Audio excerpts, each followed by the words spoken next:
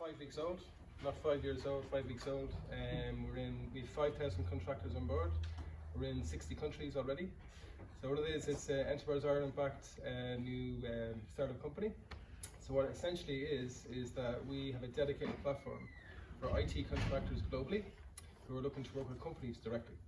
So essentially you're cutting into third party. So in terms of recruiters are actually contractors who are having their profiles in many different job portals in every country. What we do is actually offer them to go directly to that person. What happens is you never leave the platform. So you communicate directly with the company, you communicate directly to the contractor, you sign your own contracts in it. So we have our own IP like a DocuSign. So you've no reason to leave the platform whatsoever. It's very simple. It's for one reason only. It's actually just to work out your contract. So just quickly, for the contractor, what it is that they plan, say 6 months. I want to work in AIB in Bangladesh for 6 months. I want to take a month off after that to go on holiday in Hawaii, and then I want to work another 18 months. You can plan all that through. You can pre-plan, auction your contract. For the companies, it's very simple. They're looking for specific skills and titles that none of us would know of. There's 128 different IT titles that you'd never think about that people are specifically looking for across the world, and they can find this through our platform. So essentially it's all about connecting. I know it's such a generic term, but it is really about connecting. And we don't take margins. That's our business model. Our business model is by subscription, but it's free for the contractors. So 5 weeks, 5,000 contractors on board, so many countries on board, and it all came down from prototyping. Sounds so interesting. Tell us about your prototyping experience. Right. So basically, what I believe prototyping is, right? Everyone here has prototyped, whether you know it or not. When you go on social media and you see a brand, and you see a video, what you're doing is that you're looking at it, or you're talking to someone else about it, you're liking, you're sharing, you're commenting. You're actually giving a response to a prototype. So prototyping to me is the way I find actually the one thing that a marketing person can find is perception. You can't buy perception. You can get data, you can get analytics, but you can't get perception.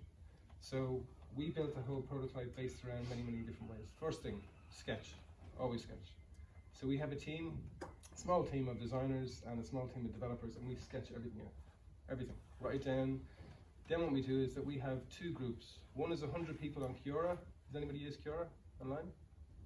Quora is basically, you find out what other people think of your product or your service. Like or a discussion forum. Discussion forum, yeah.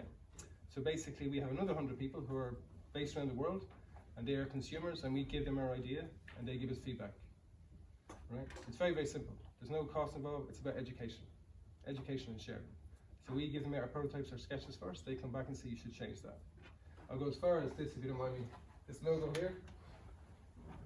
We had this logo done, and 70 people came back and said, you realize the person in the middle is a man. You should make the highlight more. So we made it orange. So this is feedback. Even before we started the product, they came back and gave us insights on what we should do with our brand, which is fantastic. So you have brand advocacy, you work at your brand equity from that as well.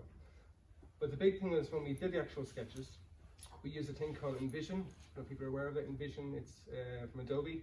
You create it, and basically you do kind of splash pages, and you're able to actually create hotspots to jump through the product. We gave that out to more people, and we asked them for their feedback on that. What people were these now? Were this also on a forum, or was this more specific? These on a forum, and these were specifically contractors. That you knew? That we knew, yeah. Across India, so 65% was based in Europe, 20% was in India, 10% was in Brazil, and the other 10% was in the States. So they gave us all types of feedback. You don't take it all on board. What you take is actually things that you didn't think of, and you reply back. It's really important because you don't know it. Or the patterns, the things that are coming up all the time. Exactly. So in terms of patterns, what's really key is this. You've sketched it, you've designed it. Now you want to actually see how the workflow works. So here's the important thing. You work out hotspots. So everyone uses probably Google hotspots and Google Analytics or hotspots. So you create how someone gets from A to Z, what behavior flow they did. So you're able to work out what part of the website they went to on the hotspot, what was on the app, what sections. So you're able to actually figure out there's a much simpler way that you would have thought of to get to A to B than going through all these different places. So it works out pattern, behavior flow, and it gives you really good insights that you can improve the design, the UI, UX for people as well. That's so fantastic. I mean, what I really am interested in there is the using Quora, because You know, I've used those discussion groups in the middle, initially to gather empathy, but never put up a prototype and said, give us your feedback there, guys. Well, that's the thing in this industry. I mean, I think the first person spoke this morning, it's changing all the time. You have to, if you want something badly, ask for it. If they don't want to give it to you, fine, don't. But like, because in the States they use Google surveys for this kind of thing. It's huge in terms of the number of responses you can get so quickly. So we've got Google surveys. If you're in the States, you can't register for here in Ireland. At least you couldn't up to a few months ago. You still can't, no. But what you can do so is... Quora, who else? Reddit, do they do this kind of... Reddit do it. We use Medium. So Medium do articles. There's a lot of things you can look at. So it's really what's core to your business. But the biggest one is groups. Facebook groups. There's more Facebook groups per country than you would ever think, to do with IT contractors or to do with entrepreneurship or to people who are graduates out of college. You actually create a group and you add these people to your group. It's a private group and it's purely for the reason of actually understanding what the problem is, which we know. How can we help with the solution?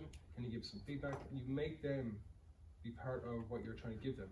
So you're creating the group or you're joining the group? No, we create a group and we ask people to join the group. And these people you don't know? No, they're just joining because they're in an area of interest. Exactly. Yeah. And it's private. It's a private group, so basically it's not publicly open. If you want to join, let me know later on, but you can come into it. So I think this is so fascinating, but but I think the core thing here to take out of this is how early Paul is showing the prototypes. He's sketching and showing, right?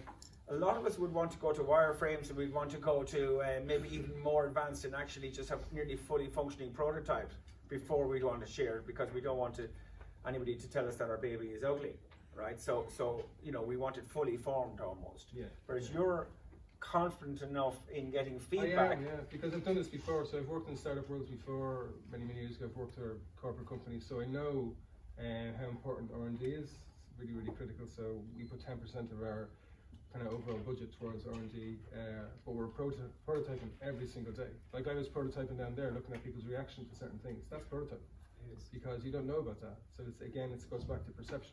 And what if people steal your idea and they go and build it? I'm going to get to that. Well done. This wasn't set up. So part of prototyping before you do that is SWOT. So it's an old school terminology, SWOT analysis, but I still live by that. So that's why I'm educated as a marketeer. So I always do my strengths, my weaknesses, my opportunities and threats. The one thing we do every single day, every morning, is threats. So we have 2 people in the office who couldn't be here today, and they audit.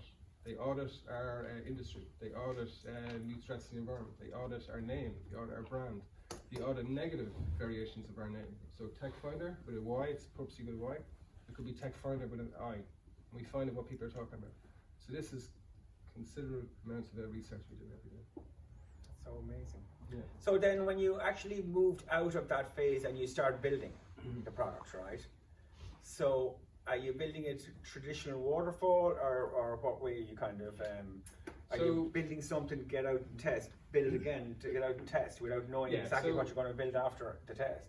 So we do 3 things, right? So number 1 is we do ABCD testing. So it used to be called AB testing. So Google offers you ABCD testing. So it's your search, your display, your videos, and then what we put out is actually different splash pages or different variations how you get to register, and we put them out in an ABCD platform. We take those results back, obviously look at the cost involved, but we'll take those results back. The second thing we do is actually we use Testbite. So people know Testbite. Testbite, you create an app and then you send it out to the key people, which we sort the 100 people that we have, and they give us feedback directly for that. And the last one is we create beta sites. So we create these beta sites under different URLs, different names, and people could give us feedback on that as well. By landing, land on it. Yeah, so I'm able to go back into. So do you spend a few bob on the SEO just to try and get people to land? Yeah, well, Enterprise aren't here, so I'm going to give away all the cost how you're spending all their money. No, they've been fantastic, absolutely. But we spend a considerable amount, because this is not an Irish operation. This is an international audience, so it's really hard. You said it wrong. Why to start off in a singular process? Why not actually go wider? So the kind of spirit of entrepreneurship is that if you have a product, it shouldn't be confined to one country. You can confine it to an overall audience. All you have to get right is your IP, and get right is your platform. If you get that right, it doesn't matter. So Brexit doesn't interfere with us at all, because our services don't be affected by that. But what about the point there? I mean, are you not afraid of giving away your secrets early?